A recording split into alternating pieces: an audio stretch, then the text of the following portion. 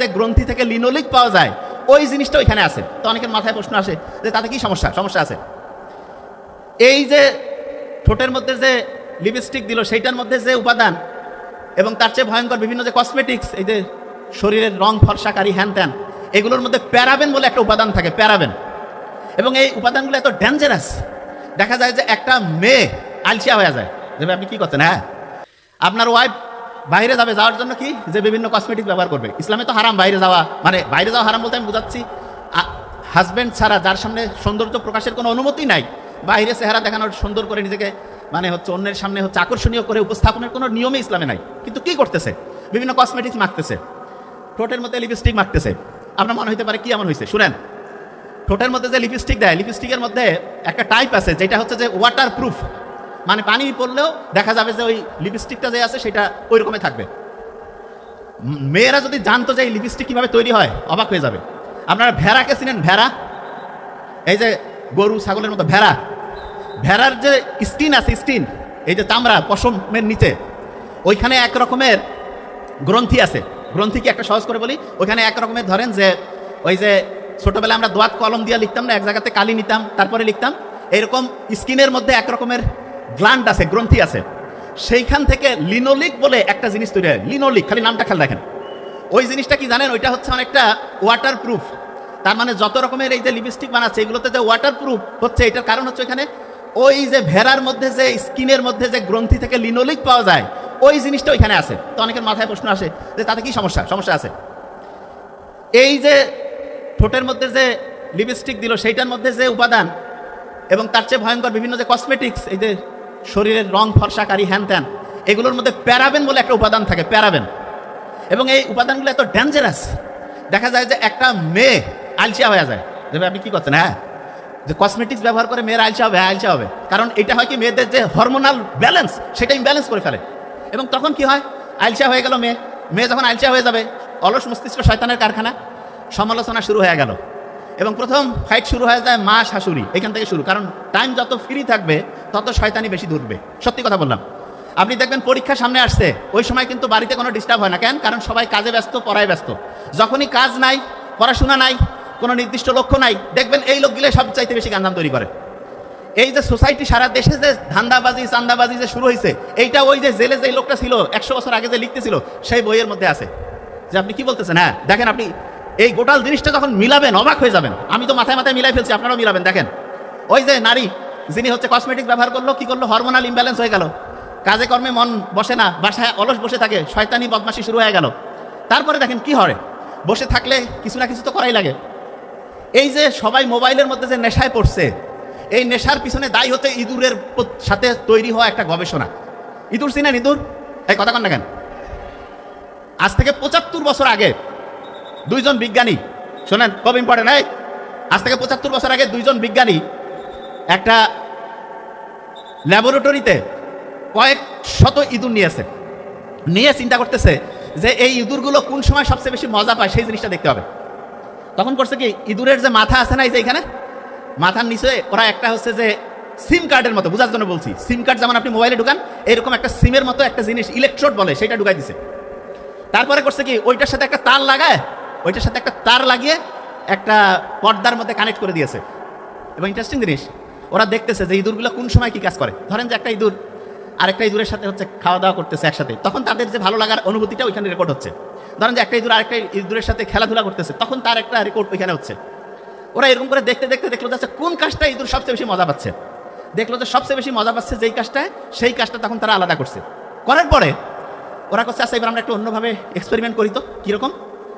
একটা হচ্ছে যে লিভার মানে কি আমি সহজ করে বলি, আপনি ওই যে ইয়াসিনান্তোস কি বলে এটার নাম, আমরা যে এক জায়গা থেকে আরেক জায়গায় যাওয়ার সময় যে হচ্ছে যে ওইটাকে বলে যে ট্রলি টানার জন্য যে লম্বা একটা ইয়া ব্যবহার করি না, এই যে হ্যান্ড ব্যাগ, এটা বুঝতে পারছেন? আরো সহজ করে যদি বলি, ধরেন যে একটা ধরেন যে লম্বা ওই যে ছাতার মতো যে হ্যান্ডেলটা আছে, সেটাই ধরেন একটা লিভার। তা ওই লিভারটা করছে কি, কানেক্ট করে দিয়েছে যেই জায়গাতে ইঁদুরগুলো সবচেয়ে বেশি মজা পায় সেই জায়গাতে লিভারটা রাখছে। ওই জায়গায় যদি ইঁদুর পা দেয়, ওই জায়গায় যদি টাচ করে, সাথে সাথে ওর আনন্দের একটা অনুভূতি আসবে। বোঝার চেষ্টা করেন, খুব ইন্টারেস্টিং। বিজ্ঞানীরা এরকম করে সেট করে রাখছে ল্যাবরেটরির মধ্যে। একটা ইঁদুর গিয়ে একবার দিল, বা মজা লাগতেছে, 2 বার, 5 বার, 10 বার, একটা ইঁদুর যে আরেকটা ইঁদুরকে কানে কানে বলে যে এরকম একটা মজার খেলা পাওয়া গেছে। তাই নাকি? কয় হ্যাঁ। আরেকজন আসলো, আসলে হ্যাঁ হেভি মজা। তারপরে দুইজন যে আরো 10 জনকে ডেকে নিয়ে আসে, কয় এই যে দেখো কত মজা। বিজ্ঞানীরা চিন্তা করলো দেখি তো কি করে এরা। 100 জায়গায় 500, 1000, 2000 ইঁদুর এক জায়গায় রাখছে এবং প্রত্যেক জায়গায় ওইরকম ইলেকট্রোড, মানে ওই জায়গায় টাচ করলে সে মজা পাবে, টাচ করলেই মজা পাবে। ভয়ঙ্কর দিক, 24 ঘন্টা গেল, 3 দিন গেল, 7 দিন যাওয়ার পরে যে ইঁদুরগুলো ওই যে ওইখানে টাচ করলে মজা পায়, প্রত্যেক দিন প্রায় 2500 বার করে ওই জায়গায় টাচ করে। এবং এই টাচ করতে গিয়ে তারা এত মজা পাচ্ছে, খাওয়া বাদ, খেলাধুলা বাদ, ঘুম বাদ, সব কিছু বাদ। আজ থেকে 75 বছর আগে এই গবেষণাটা হয়েছিল। হওয়ার পরে এই গবেষণা তো একদম কাগজে কত আর্টিকেল, কত জায়গায় কতজন পড়বে, প্যাকেটবন্দি ছিল। 50 বছর পরে, এটা বলতেছি 75 বছর আগের কথা, 50 বছর পরে একজন লোক চলে আসলো, জাকারবার্গ। সে বড় বড় সায়েন্টিস্ট, বড় বড় ডক্টর এদেরকে ডাকলো, ডেকে বললো যে দেখেন তো এমন কোনো বুদ্ধি আছে যে খুব মজা লাগে এরকম কিছু। বলছে যে ঠিক আছে আমরা দেখতেছি। ওরা পড়তে পড়তে পড়তে পড়তে খুঁজতে খুঁজতে ওই আর্টিকেল খুঁজে পেয়েছে। বলছে ইঁদুর যে আছে, এই ইঁদুর হচ্ছে ওই জায়গায় টাচ করলে দেখা যায় যে এরকম মজা লাগে। তাইলে হ্যাঁ এরকম আছে। বলছে আচ্ছা ইঁদুরের যে এই টাচ করলে মজা, টাচ করলে মজা, এটাকে মানুষের সাথে করে দেওয়া যায় না? কয় এটা করা যাইতে পারে। কয় দেখেন তো। ওরা কাছে আমাদের একটু টাইম দেন, 4 সপ্তাহের মতো টাইম দেন, 1 মাসের মতো টাইম দেন। ওনারা সবাই মিলে গবেষণা করতেছে কি করা যায়, কিভাবে এটা মজা করা যায়। 3 সপ্তাহ পরে ওরা বলছে আমরা বুদ্ধি পেয়ে গেছি। বলছে কিরকম? বলছে যে ইঁদুরের যে এরকম এই জায়গায় টাচ করলেই মজা লাগে, এইরকম কয়েকটা বুদ্ধি আমরা বের করছি, যেই বুদ্ধিগুলো যদি আপনি হচ্ছে যে দেন তাহলে দেখা যাবে ওই মেশিন তো প্রত্যেকের হাতে যদি খালি দেন, তারপর দেখবেন যে সবাই কীরকম টাচ করা শুরু করে। বলছে কীরকম? বলছে যে প্রথম যেটা করতে হবে, যে যেইটাই দেবে সেইটাতে তার লাইক দেওয়া লাগবে। বলছে লাইক মানে? যে খুব ভালো লাগতেছে। যত লাইক তত মজা, তত সে খালি ওই ক্যাচটার মধ্যেই যাবে। বলছে তাহলে তো এটা করা যায়। লাইক সিস্টেম চালু হইলো। তারপরে বললো আচ্ছা কোন জিনিসটা বেশি মজার? বলছে ঝগড়াঝাটি বেশি মজার। কয় তাই নাকি? কয় হ্যাঁ। কয় তাহলে এমনভাবে মেকানিজম করো, একজন আরেকজনের সাথে গ্যাঞ্জাম লাগাই দাও, যে কোনোভাবে গ্যাঞ্জাম তৈরি করে দাও। ওই গ্যাঞ্জাম থেকে 10 জন, 50 জন, 100 জন ওইখানেই মারামারি। কয় মারামারি করার জায়গা কই দিবেন? কয় একটা সেকশন বানিয়ে দিব, উপরে জিনিস থাকবে, নিচে হচ্ছে মারামারি করার জন্য ইচ্ছা মতো। বলছে মারামারি করার আরও বুদ্ধি আছে। কি? চাইলে নাম দিয়েও করতে পারে।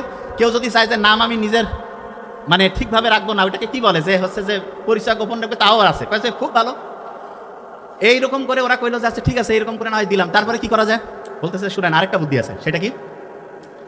সেটা হচ্ছে এই যে ডিভাইসটা যে আপনি ওদেরকে দেবেন, এইটা আপনি এমন একটা সিস্টেম করেন যেই সময় ওরা সবচেয়ে একা থাকে সেই সময় তারা যাতে ব্যবহার করে। বলছে কেন? বলছে দিনে সবাই মিলে ফ্যামিলি সবাই পরিবারের একসাথে থাকলে কিভাবে করবে, তাহলে কি করা যায়? বলে যে রাতের বেলা রেট কমায় দেন। আজ থেকে বোধহয় 20-25 বছর আগে শয়তানি একটা সিরিজ চলে আসলো না, ডিজুস নাকি নাম, মোবাইলে 25 পয়সা না 50 পয়সার একটা সিস্টেম ছিল। আমরা তখন বোধহয় ইন্টারে পড়তাম যে একবার ফোন করলে যতক্ষণ মোবাইল কাটবে না ওই কথা কইতে পারবে, একটা কলে একবার। এরকম একটা সিস্টেম অনেকে যারা 20-25 বছর আগে আছে তারা জানবে যে এটা কি কেমন নিয়ম। হ্যাঁ, কিন্তু মোবাইল কাটলে আবার নতুন করে টাকা দেওয়া লাগবে। মানে যমুনা নদী পার হইলে ব্রিজ দিয়া টোলের টাকা দেওয়া লাগবে না, এরকম একবার ফোন দিলেই টাকা কেটে নিবে। Okay fine. মোবাইল কানের মধ্যে দিয়ে কথা বলা শুরু করে দিল। বলছে ঠিক আছে 1 ঘন্টা 2 ঘন্টা 3 ঘন্টা মোবাইল কানেই রাখে, চার্জ শেষ হয়ে যায়, তারপর আবার চালু করে। তো সবাই মনে করতেছে কোম্পানিতে খুব ভালো কাজ করতেছে। কোম্পানি বলতেছে আমরা সবাইকে একসাথে যোগ করতেছি, কানেক্ট করতেছি। হ্যাঁ ভালো ভালো কাজ করা যায়, কিন্তু খারাপটা কীভাবে হয়েছে সেটা দেখেন। এরপরে কি হলো, আস্তে আস্তে যখন সবাই কথা বলা শুরু করে দিল তখন বললো যে ঠিক আছে এবার দাম একটু বাড়ায় দাও। দাম বাড়ায় দিল। নেশা যখন হয়ে যাবে, চা প্রথমে আমাদের উপমহাদেশের লোক ব্রিটিশরা মাইকিং করে খাওয়াইতো, আর এখন আমরা হচ্ছে প্রত্যেকে টাকা দিয়ে কিনে খাচ্ছি না। এইরকম প্রথমে ওরা একটা ফ্রি জিনিস দেয়, দেওয়ার পরে যখন আপনি অ্যাডিক্টেড হয়ে যাবেন তারপরে আপনাকে ওইখান থেকে ব্যবহার করবে। কীরকম সেটা বুঝেন। আমরা অনেকে বলে যে ভাই ফেসবুক, ইউটিউব এগুলোকে ভালো কাজে লাগাইলে অসাধারণ, কিন্তু যদি আপনি খারাপ কাজে লাগান তাহলে দেখেন যে আপনি আপনার জীবনের সবচেয়ে দামি জিনিসটা হারাবেন। আজকে যখন আমার ছোট ভাই ডক্টর নোবেল, তারপর মামুন ভাই যখন বক্তব্য দিচ্ছিল, তাদের বক্তব্যের একটা গুরুত্বপূর্ণ পয়েন্ট ছিল একটা মানুষ উন্নতির দিকে যাবে না অবনতির দিকে যাবে, তার 1 নাম্বার গুরুত্বপূর্ণ পয়েন্ট হচ্ছে টাইম, সময়। তা আমরা সবসময় কি জিনিস চিন্তা করি জানেন? সময়ের কোনো দাম নাই। কথা যে ফ্রি, টাইম তো ভাই ফ্রি। নো, বোঝার চেষ্টা করেন। সবচেয়ে আপনার দামি জিনিস হচ্ছে টাইম। এই টাইমটা আপনি কোম্পানির এই অপ্রয়োজনীয় জিনিস, রিল, তারপরে হচ্ছে ওটাকে কি বলে শর্ট দেখে ঘন্টার পর ঘন্টা লস করতেছেন, কোনো লাভ হইলো না। শিখলেনটা কি? ও যে জায়গায় ছিলাম সেই জায়গায় আসতেছি। কোম্পানিগুলো ওই যে 1925 সালে 100 বছর আগের ঘটনা বলতেছি, ও লিখে গেছে যে কি হবে। আর 75 বছর আগে যে গবেষণা ইঁদুরের উপর হয়েছে সেইটাতে আসি। এখন শুনেন, ওই যে গবেষণা থেকে দেখা গেল যে যত লাইক তত মজা, ঠিক না? বিজ্ঞানীরা তারপরে করলো কি, আমাদের এখানে অনেকের মধ্যে মোবাইলের কিন্তু হাতে দেখা যায় মোবাইল আছে। মোবাইলকে ভালো কাজে লাগায় আবার খারাপ কাজেও লাগায়। খারাপ কাজে মোবাইল ব্যবহার করার সম্ভাবনা কখন বেশি সেটা বলি। আপনি যখন একা থাকবেন শয়তান এসে ধরবে। এই জন্য নামাজ জামাতবদ্ধ পড়তে একসাথে সবাইকে সাথে নিয়ে উৎসাহিত করছে, কারণ একসাথে ভালো কাজগুলো তুলনামূলক বেশি হয়, খারাপ কাজগুলো তুলনামূলক কম হয়। এবং দেখবেন যে আল্লাহ কিন্তু জানে যে রাতের বেলা খারাপ কাজ হওয়ার সম্ভাবনা বেশি। এই জন্য দেখবেন ইসলাম মাগরিবের পরের দিনের প্ল্যানিং শুরু করে দিয়েছে। ইসলামে কিন্তু এই যে আজকে মাগরিব হয়ে গেছে না, নতুন দিন শুরু হয়ে গেছে। আজকে যদি চাঁদ উঠতো তাহলে তারাবির নামাজ আমরা আজকে পড়তাম। তারাবির নামাজ পড়তাম মানেটা কি? মানেটা হচ্ছে ইসলামের দিনটা শুরু হয় মাগরিবের পর এবং শেষ হয় মাগরিবে। মাগরিব টু মাগরিব ইসলামী দিন। আর বাংলা যে দিন সেটা শুরু হয় সকাল থেকে তারপরের দিন। আর ক্যালেন্ডার অনুযায়ী খ্রিস্টীয় যে দিন আছে সেটা অনুযায়ী হচ্ছে 12টার পরে। দেখেন রাত 12টার পর্যন্ত জেগে আছে, 12টা 1 মিনিটে কেক কাটতেছে, অমুক করতেছে। ওই সময় ঘুমানোর কথা, এবং ওই সময় না ঘুমানোর কারণে দেখা গেল সে ওই সময় উঠে একটা প্রোগ্রাম করতেছে, ওই সময় হচ্ছে গল্প গুজব করে আন্দাজে টাইম লস করতেছে। সবচেয়ে বড় ক্ষতিটা যেটা সে করতেছে সেটা কি জানেন? তার মাথার মধ্যে আল্লাহ যে একটা ঘড়ি বসাই দিছে, সেই ঘড়িটা সে নিজে নিজে নষ্ট করতেছে। আমরা যে অসাধারণ হইতে পারি না তার বড় কারণ হচ্ছে ঘড়ি নষ্ট। যার ঘড়ি নষ্ট হয়ে গেছে সে অসাধারণ হইতে পারবে না। যার ঘড়ি ঠিক আছে, তার টাইম ঠিক চলবে, সে অসাধারণ হবে। ঘড়ি নষ্ট করার যতগুলো বুদ্ধি আছে তার মধ্যে সবচাইতে ভয়ঙ্কর বুদ্ধি হচ্ছে রাত জাগা। রাতে আপনি যত জাগবেন তত আপনার ঘড়ি নষ্ট হবে, আপনি ধ্বংসের দিকে যাবেন। এখন যে জায়গায় আমি ছিলাম খেয়াল করেন, ইঁদুরের উপরে যে গবেষণা হইলো, গবেষণার অর্ধেক অংশে আমি আসছি। তারপরে কি হইলো, বিজ্ঞানীরা দেখলো যে আচ্ছা আমরা এখন হচ্ছে ওই লিভার যে আছে, যেই জায়গায় টাচ করলে মজা লাগে, সেই জায়গাটা থেকে তাকে আমি ওই লিভারটায় উঠাই দিব। লিভারটা যখন সরাই ফেললো, ও আল্লাহ, ওই যে আপনার ইঁদুরগুলো খুব সারাদিন খালি ওইখানে যে লিভারে টাচ করতেছিল, তারা দেখা গেল আর খায়ও না, বন্ধু বান্ধবের সাথে গল্প গুজব করে না, দেখা যাচ্ছে তারা হচ্ছে যে ফিজিক্যাল যে মুভমেন্ট সেটাও নাই, ডিপ্রেশনের মধ্যে চলে গেল। আপনার বাচ্চা কাচ্চা অনেকে আছে না মোবাইলের মধ্যে অ্যাডিক্টেড। আপনি যে বড় ভুলটা করেন, একবারে কি করেন, যে মোবাইলটা কেড়ে নিলাম, ঠিক আছে, নিয়ে কি করলেন যে তুই তোর মতো থাক, ওকে তো একলাই ইঁদুরের মতো বানাই ফেললেন, সে ডিপ্রেশনের মধ্যে চলে যাবে। তাহলে ভাই বুদ্ধিটা কি বুদ্ধি আছে? বুদ্ধিটা হচ্ছে আপনার বাচ্চাকে আপনি যখন বুঝছেন যে এরকম, তখন তাকে হচ্ছে যে বড় স্ক্রিন বা বাসায় টেলিভিশন কম্পিউটার ওপেন স্পেসে রেখে সেইখানে তার সাথে একসাথে থাকেন, একসাথে গল্প করেন, একসাথে খোলামেলা, প্রত্যেকের সাথে প্রত্যেকের আন্ডারস্ট্যান্ডিং ভালো হবে, দেখবেন আস্তে আস্তে নেশাটা কাটবে। একটা জিনিস বলি, মাথায় ঢুকবে প্রত্যেকের। এই যে বর্তমান সময়ে খাওয়া দাওয়া নিয়ে কিন্তু অত সমস্যা নাই, যত হাই সোসাইটিতে আপনি যাবেন তত বড় সমস্যা হচ্ছে মেন্টাল প্রবলেম, সাইকোলজিক্যাল প্রবলেম।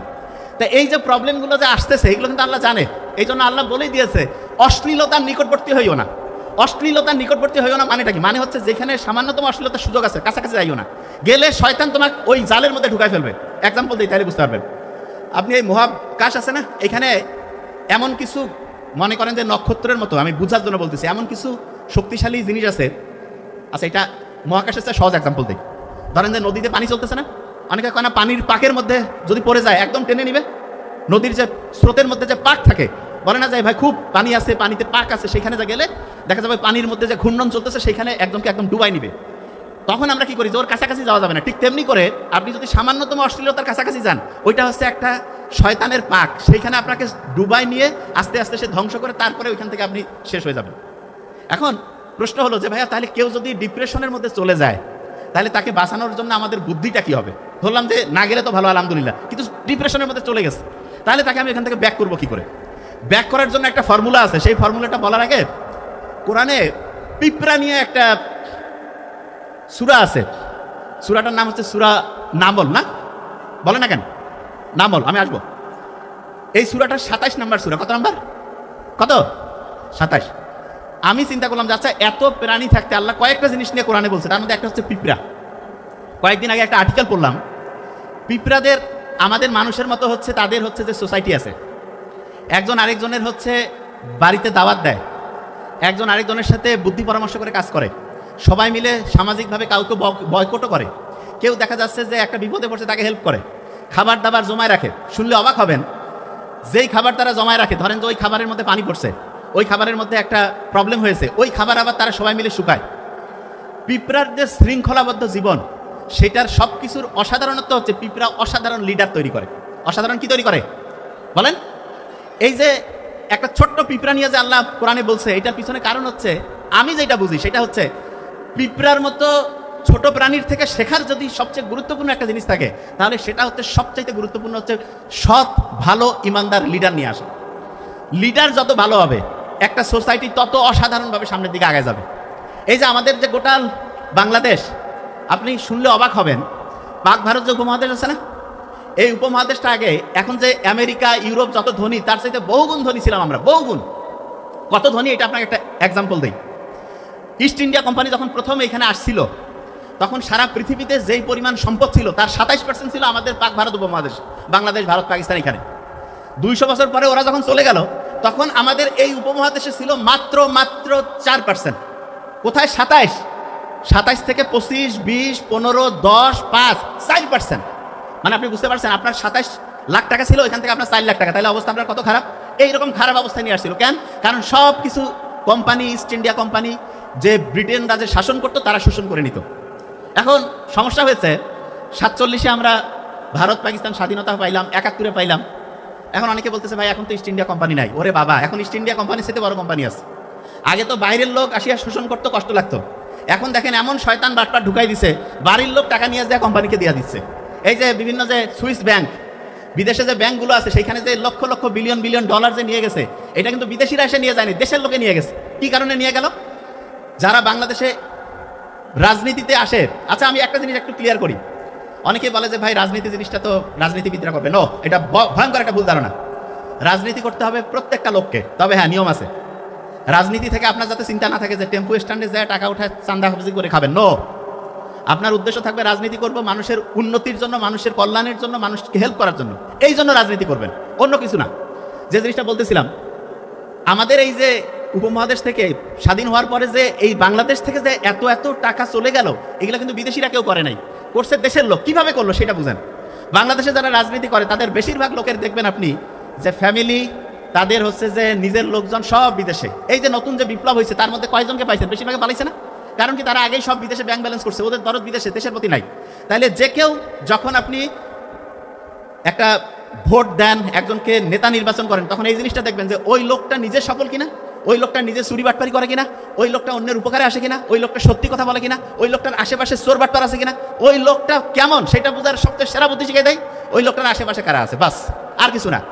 একটা লোক আসিয়া বলতে পারে আমি খুব ভালো, আমি খুব খারাপ, কিছু যায় আসে না। তুমি কার সাথে ঘুরো সেটা তোমার আইডেন্টিটি কার্ড। তুমি কেমন সেটা বোঝার আইডি কার্ড হচ্ছে তোমার আশেপাশে কারা আছে। একটা লোক হচ্ছে তার আশেপাশে যে 5টা সবচেয়ে কাতিরের লোক থাকে তাদের সমান। অনেকেই কয় না যে উনি ভালো, আশেপাশের লোক খারাপ। নো, মূল ফর্মুলা বলতেছে একটা লোক ওই রকম হবে, তার আশেপাশে যেই লোকজন সবচেয়ে ঘনিষ্ঠ তাদের মতোই। তার মানে বারবার বলছি, বারবার এই কথাটা মাথায় রাখতে হবে। যখনই ভোট দেন, যে কোনো, এটা শুধু এটা বলি, শুধু রাষ্ট্রীয় পর্যায়ের ভোট না, ফ্যামিলিতেও যখন একজন লিডার নির্বাচন করবেন, কাকে করবেন জানেন? যে সবচেয়ে সৎ হবে তাকে করবেন, তাহলে আপনি সব দিক থেকে সবচেয়ে ভালো হবেন। এই জিনিসটা মাথায় রাখবেন, এটা সবচেয়ে গুরুত্বপূর্ণ। যে জায়গায় আমি ছিলাম ভালো করে খেয়াল করেন। এইখানে যারা আমরা আছি প্রত্যেকেই চাই না যে জীবনটা অন্যরকম অসাধারণ হোক। তো অসাধারণ হওয়ার পিছনে সবচেয়ে বড় কারণ ওই যে গবেষণা বলছিলাম, যে গবেষণায় দেখা যাচ্ছে যে ইঁদুরগুলো যেখানে টাচ করতেছে ওই রকম আমরাও মোবাইলের এই ডিভাইসের মধ্যে পড়ছি। এইটা থেকে বের হওয়ার একটা বুদ্ধি আছে, সেই বুদ্ধি দেওয়ার আগে আমি কয়েকটা জিনিস বলতেছি। আচ্ছা, এইখানে আপনারা যারা আছেন, এই যে প্রত্যেকেই, আপনারা কি জানেন একটা ইন্টারেস্টিং জিনিস?